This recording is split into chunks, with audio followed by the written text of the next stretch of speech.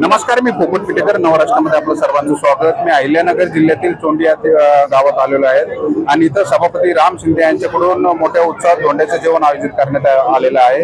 आणि हा राज्यातील पहिलाच प्रयोग असल्याचं आपल्याला इथं पाहायला मिळत आहे. आपल्याशी बोलण्यासाठी सीमा जाधव आपल्यासोबत आहेत, सीमा पवार आपल्या सोबत आहेत. मॅडम, काय सांगाल? हा पहिलाच प्रयोग असल्याचं पाहायला मिळत आहे आणि तुम्ही देखील इथं सहभागी झाला. सर्वप्रथम थँक्यू मला इथे बोलवल्याबद्दल.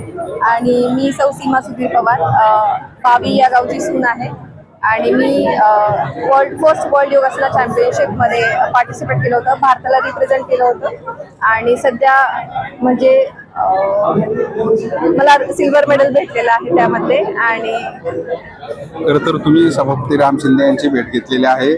खरं तर हा पहिलाच प्रयोग आपल्याला इथं पाहायला मिळतो, धोंड्याचं जेवण, आणि तुम्ही सिल्वर मेडल देखील त्यांना दाखवलेलं आहे. हा, तर साहेब म्हणजे खुश झाले होते. हे डबल विक्ट्री झाली की धोंड्याचं जेवण आणि सिल्वर मेडल हे एकत्र झालं, म्हणजे एकत्रितपणे याचा योग सोडून आला.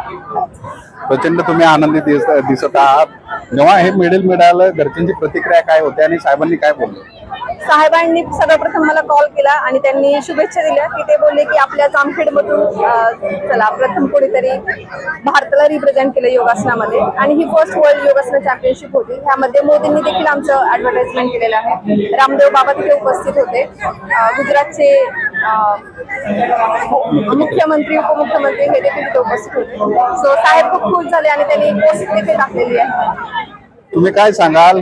खरं तर हा मोठा असं धोंड्याचं जेवण आयोजित करण्यात आलेलं आहे. तुमच्या चेहऱ्यावर मोठा आनंद दिसून येतो. तसं तुम्ही सुरुवातीला सांगितल्याप्रमाणे धोंड्याचं जेवणाचा हा महाराष्ट्रात पहिलाच कार्यक्रम आहे. आणि विशेष म्हणजे इथे सगळे चोंडेगावच्या लेकी आणि जावई यांना सगळ्यांना बोललेलं आहे.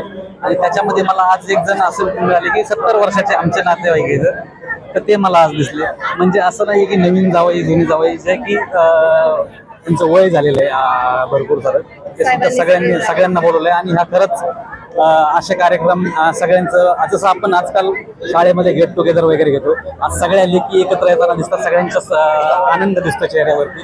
ते खूप छान कॉन्सेप्ट आहे. खरं तर आपण ग्रामीण भागातले आहोत.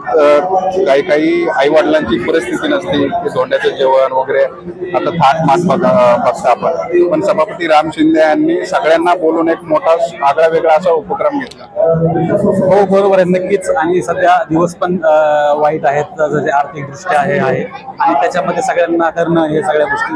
तर हा जो कार्यक्रम आहे तो सगळ्यात वाखण्याजोगा आहे.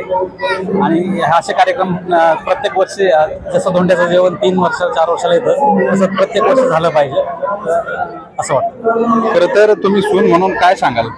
सून म्हणून मी हे सांगेल की प्रत्येक सुनेला असंच सासर मिळावं, जिथं की सून नसून मला लेकीसारखं वागवण्यात आलं. जिथे लेकीसारखं वागवण्यात येतं तिथं ती सून काय करून दाखवते हे याचं मी एक उदाहरण आहे. आणि माझे सर्व सासरच्यांचे मला फार कौतुक वाटते आणि मनापासून त्यांचे आभार मला व्यक्त करायचे आहेत. खरं तर फक्त चोंडी परिसरातील नाही तर महाराष्ट्रातल्या विविध कोपऱ्यातून सून असतील, जावई असतील, तिथं धोंड्याचं जेवण करण्यासाठी इथं चोंडी दाखल झाल्याचं आपल्याला पाहायला मिळतं.